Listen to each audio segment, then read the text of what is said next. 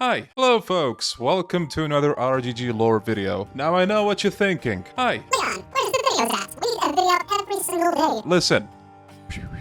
I'm trying my best here. Even though this series of videos is still like fairly new to the channel, I've gotten a bunch of comments saying, yo, this is an amazing new series, like I'm really enjoying this, thank you for making these, and you know, hi. Just looking at these wonderful comments from you guys, I want to say, hi, thank you for posting all that nice talk. I like lore. Who doesn't like lore? Okay, well, gameplay is very nice too. What I really meant to say is, lore is nice when it's like an essay video you put in the background. Or well, no, wait.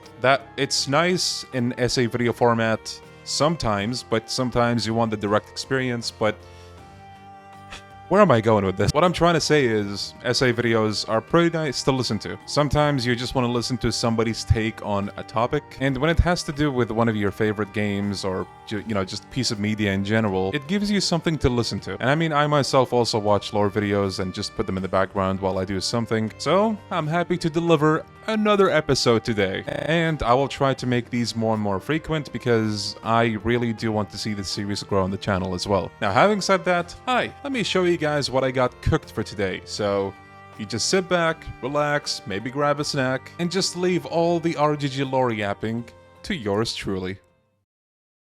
We once again find ourselves talking about the Tojo Clan. Really, with a clan this central to the franchise, I think we'll come to have it as the focus or a focus in these videos quite often. So if you're not yet used to that, I think it might be a good idea to try doing that now. There's just a lot to the world building of the RGG games that pertains to its existence. In today's session, however, I wanted to talk about a Tojo chairman that faded in obscurity, whether that's in the game's world itself or even with us in the community. And that's really saying something given that we have previous leaders that we only know by name and haven't even seen at all yet. Today, we'll talk about Yukio Terada, the 5th chairman of the Tojo Clan, also known as Daijin Kim, but that's a whole other can of worms that we'll probably get to later. So don't you worry your little head about it now. So, let's go back to the start of it all, with how Terada came to take leadership of the clan. We have to go back all the way to Yakuza 1, where the events of the game span between 1995 to 2005. This game has the Tojo Clan going to one of the biggest internal conflicts it has ever seen throughout the entire franchise. 10 billion yen of the clan's money vanishes seemingly out of nowhere, and all the families within are outraged as soon as the news break out, putting the clan into heightened unrest and uncertainty. And that has increased even more by the fact that the current chairman at the time,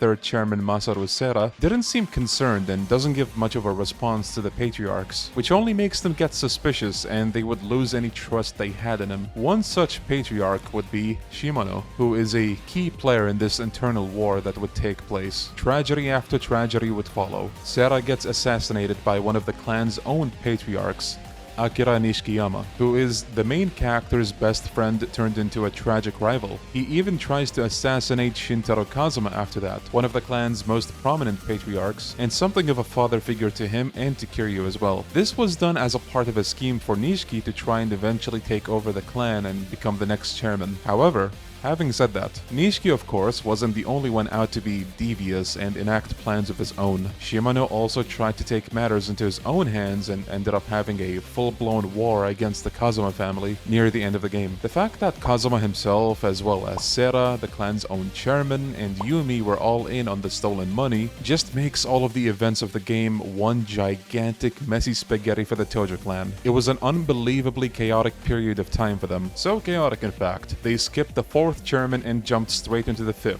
More on that later. Once Kiryu manages to put a stop to everyone who tried to exploit this war, it was time for a new successor to the Tojo Clan to be named. We learned that both Sera and Kazuma basically decided to have Kiryu take the reins of the Tojo Clan, so this would go on to make Kiryu the 4th chairman. But, as we all know, that didn't last more than a single day, as Kiryu would relinquish the title and pass it on to someone else. This someone is Yukio Terada, a figure we've seen here and there throughout the events of Yakuza 1, mysteriously lending a hand from the shadows until we get to meet him near the end of the game. We come to find out that he's well acquainted with Shintaro Kazuma and owes a lot to him. We don't get the details of why just yet, but we know that from Yakuza 2, Kazuma spared his life once. It was early in the 80s, and the Dojima family decided to drive out a Korean faction trying to set a foothold in Kamurocho.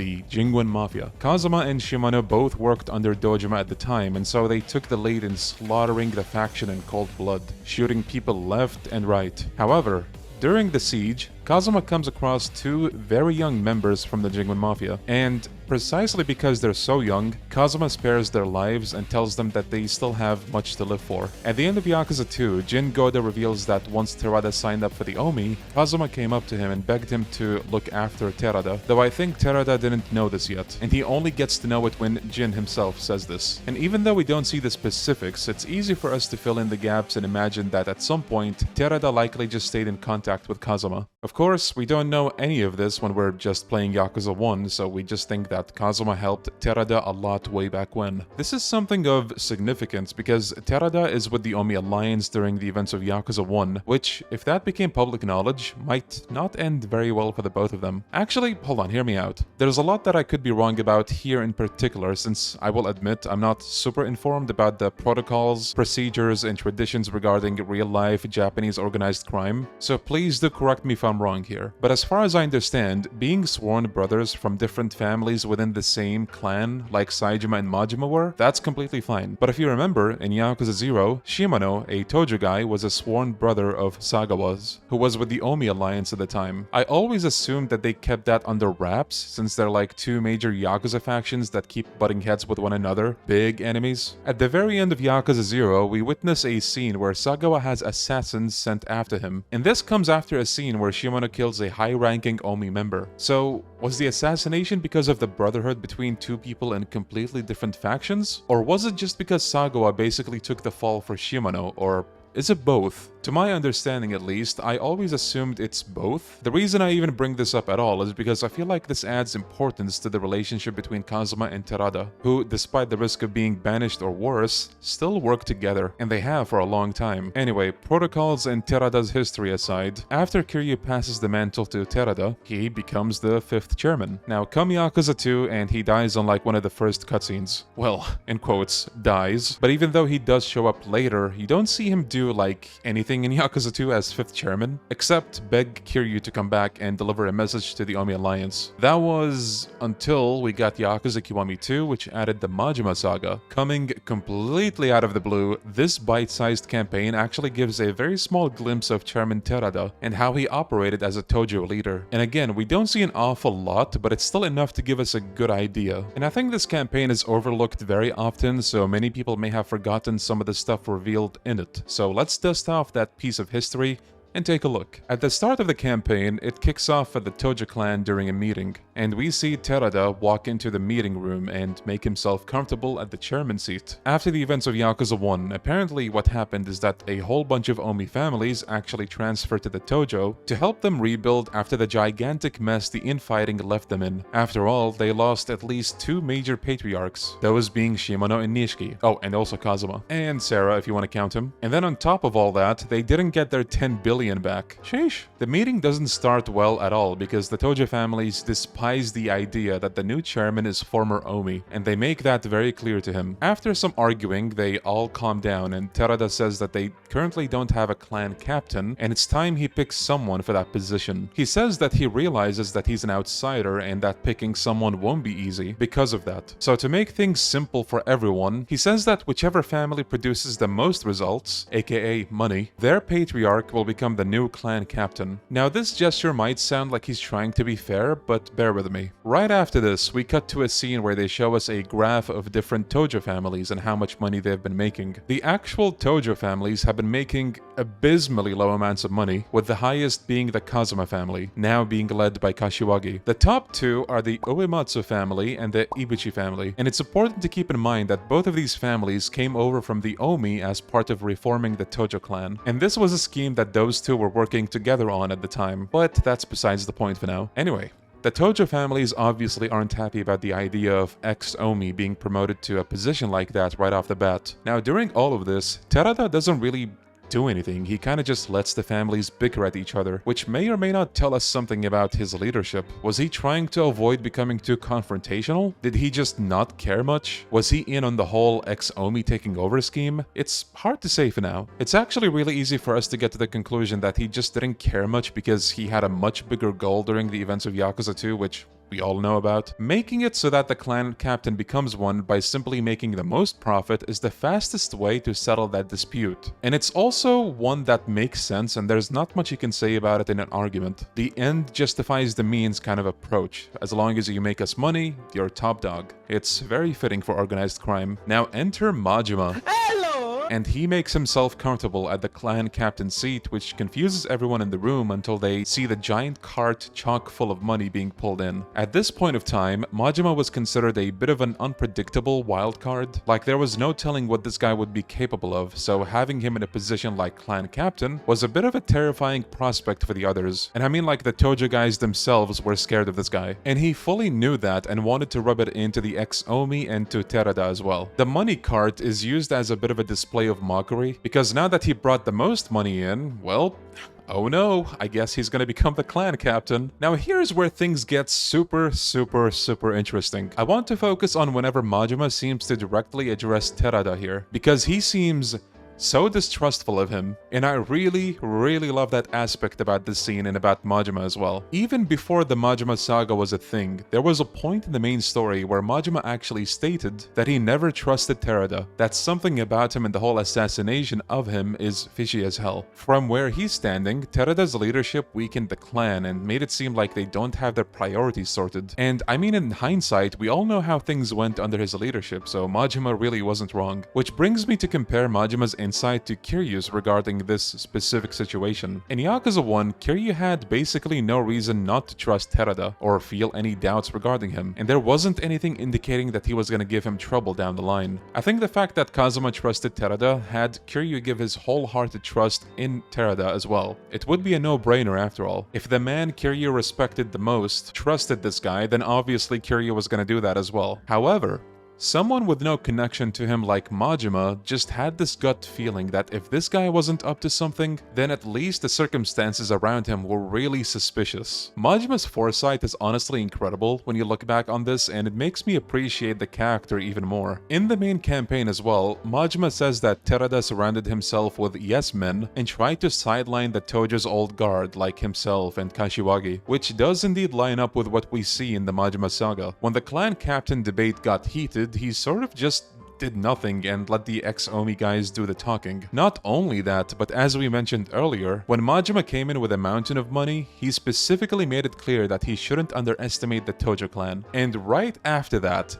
Terada seemed to shoot these spiteful glares towards Majima, and instead of picking him as the captain right then and there, according to his own rules might I add, he just said they'll postpone the meeting for now, and they will rethink the approach. Wow. I know the Majima saga gets a lot of crap for basically adding nothing of value, and more importantly, it's like an hour long with barely any gameplay, but I honestly find Terada's inclusion and tying that to what Majima thought of him all along to be one of the best parts about it, as I think that part at the very least does add something to the campaign of Yakuza 2. We do get more interesting tidbits throughout Majima's campaign, and I'll mention the most notable things. After the meeting, Majima has one of his underlings drive him back to Kamurocho, and during that ride, they talk about how the meeting went. Contrary to what we saw in there, Majima doesn't actually want to become clan captain, especially not under Terada. While he fully understands that you obey a chairman no matter what, he still can't shake off how suspicious he and Uematsu and Ibuchi all are. Majima also does the theorizing for us, and he says that he thinks Terada's not being fair at all in wanting to pick a clan captain, and that he probably wants to get some of the ex-Omi guys into executive positions so that he has better control of the clan, which lines up perfectly with the scene that we saw earlier. And with Majima himself saying this, there's no more doubt with this. Now, I think if I were to go into any more detail here, this would become a Majima saga video, and this really isn't the intention. It's just the fact that we saw most of Terada being the 5th chairman in there, and I think we got more than enough information to work out how he was like in that position. So, given what Terada ends up being by the end of the main campaign of Yakuza 2, it's only natural that Majima's side campaign would further develop this suspicious side of him. After all, he was still putting up that ruse, and in hindsight, even if it wasn't super extended, which it really doesn't have to be, I think it actually does a really good job with that portrayal. So, good job with that, Majima Saga. But even with all that knowledge, Terada's character isn't that of just another backstabber. Most of the intrigue regarding him for me comes in whenever his loyalty to Kazuma is concerned. Kazuma most definitely had at least a ripple effect in changing something within Terada at some point. That shred of mercy that he'd witnessed from what he thought would be an emotionless assassin was the spark. The end of Yakuza 2 shows just how much hesitation and doubt he had regarding his allegiance to the Jingwen Mafia after all this time. We get a very good glimpse of just how tired he comes across about the whole ordeal, like he just wants to be done with it, but he also can't just ignore the extreme brotherhood of the Jingwen Mafia, which he gave his own soul to. He seems really hesitant to even give the orders to his men to take down Kiryu until you see him pulling out a goddamn machine gun, and when it really counted the most, Terada asked Kiryu to trust him one last time with the bomb, which turned out to be a fake and was only used to send the one true villain into a panic so he can be taken down. Thanks, Ryuji. Honestly, Terada is a character that seemed like he wanted to die after everything that happened. He's obviously riddled with the guilt of having to clash with Kiryu and betraying him like this, and in turn betraying Kazuma in a way. And the proof of that is the fact that the bomb wasn't functioning. This doesn't just happen last second. Terada must have been planning for this for at least some time. After all, he does reveal that he never trusted Takashima, with whom he was working for the grand plan. I think Terada's character could have been executed better, and that goes for a lot of Yakuza 2 as well. But credit where it's due. There are some things that I appreciate as we've gone through them in this video. What do you guys think of Terada? As I understand, he's not really anybody's favorite. Heck, I don't think I've ever seen a single person in all of my years being a fan ever say that they adore him. And I mean, honestly, understandable. So I think this is actually going to be all the more reason for us to discuss our thoughts on him and maybe how he could have been written better in both Yakuza 1 and Yakuza 2. Now, to summarize what I think of him, I think they had a couple of ideas that were going somewhere with him, but the climax of them just doesn't hit that much. My favorite thing about him is probably just how he came to lead the Tojo Clan and how that affected it and its members. And also seeing Majima's insight and thoughts on his leadership. There's definitely some good melancholy in confronting Terada at the end of Yakuza 2 as well, which is really nice. But I think that's all that we have to say about him for the day, so I just want to say, as usual, thank you guys so much for giving the channel and the video the time of your day. It really does mean the world. If it's also not too much to ask, subscribing and liking helps me immensely. So any single person doing this, I want to thank you, like right now, for doing that, if you did it. Even if you didn't, that's fine, you're watching this, so thank you. Thank you guys so much for watching, and I will see you in the next one. Bye-bye now. Oh, also, I actually wrote down a bunch of ideas for lore videos, but if you have any ideas that you would love to see explored, please, by all means, shoot them down in the comments. But yeah, bye-bye.